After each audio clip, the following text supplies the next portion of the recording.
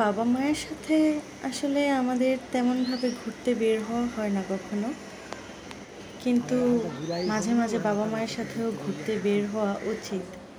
So তাই তো আজকে বাবার সাথে একটু ঘুরতে বের হইলাম, যদিও আমি আব্বা বইলা ডাকি।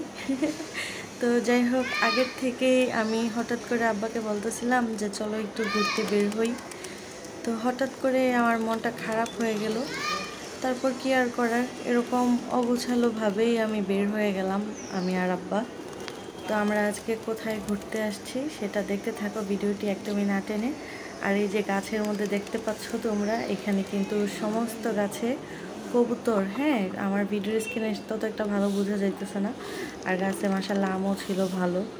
তো এখানে কিন্তু অনেক কবুতরগুলো দেখতে আমার ভালো লাগে। আর এই জায়গাটা হচ্ছে বারদ্দি আশ্রম। তো এই কবুতরগুলো সত্যিই আমার অনেক ভালো লাগে। সো কতক্ষণ কবুতরের সাথে খেলা করতেছিলাম, ভালো লাগতেছিল ভিডিওতে ক্লিক করতে।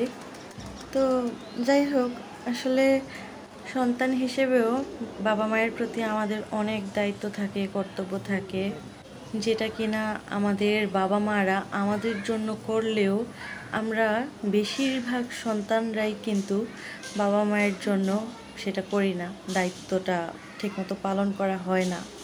অনেকের তো সামর্থ্য থাকলেও করে না, আবার অনেকের না থাকলেও অনেক চেষ্টা করে মা বাবার মুখে একটু হাসি ফোটানোর জন্য।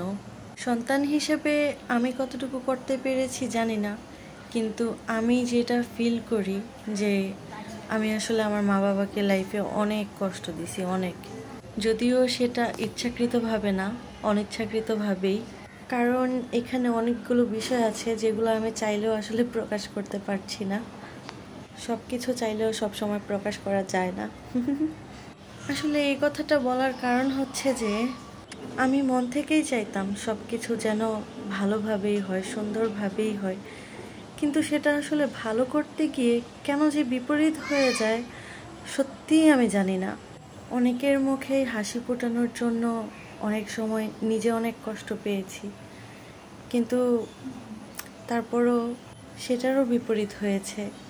মহান আল্লাহ পাকের কাছে আমার একটাই প্রার্থনা যে আমি প্রতিষ্ঠিত হওয়া না পর্যন্ত যেন আমার বাবা মায়ের কোনো কিছু না হয়, আল্লাহ যেন তাদেরকে নেক হায়াত, সুস্থতা দান করেন।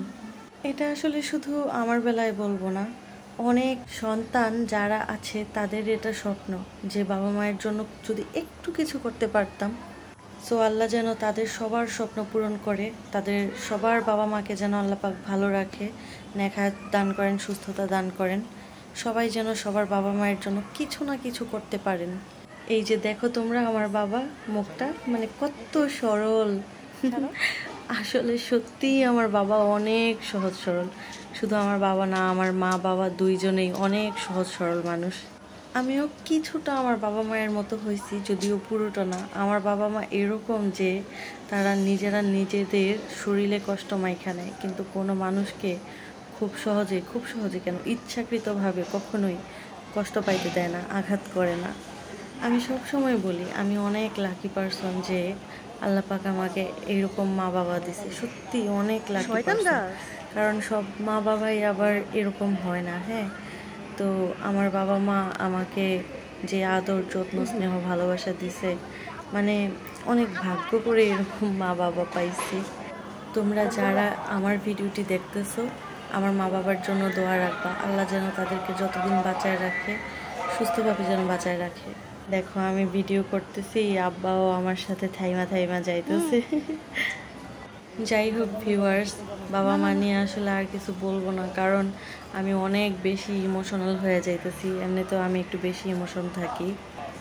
তারপর যখন আমাদের ঘোরাফেরা শেষ, চলে যাচ্ছিলাম, যাওয়ার পথে একটু দেখলাম যে এখানে অনেকগুলা বকুল ফুল পড়ে বিছায় আছে। আর বকুল ফুল আমার খুবই প্রিয় ফুল, আমার অনেক পছন্দের ফুল হচ্ছে বকুল ফুল। যখন কোনো ফুল আমি কুড়াই নেই, তখন সেই ফুল বইয়ের পৃষ্ঠার ভেতরে, মাঝ পৃষ্ঠার ভেতরে রেখে দিতে ভালো লাগে। তোমরা কে কে আমার মতো এরকম করো, কমেন্টস করে জানাবা। ফুল কুড়াতে কুড়াতে তোমাদের কাছ থেকে বিদায় নিচ্ছি। আমার বাবা মায়ের জন্য তোমরা দোয়া রাখবা, আর তোমাদের সবার বাবা মায়ের জন্য আমার পক্ষ থেকে দোয়া রইল। আর সেই সঙ্গে রিকোয়েস্ট থাকবে আমাকে সাপোর্ট করবা, আমার চ্যানেলটা সাবস্ক্রাইব করে দিবা, ফেসবুক থেকে হলে ফলো করে দিবা। টাটা বাই বাই, আল্লাহ হাফেজ।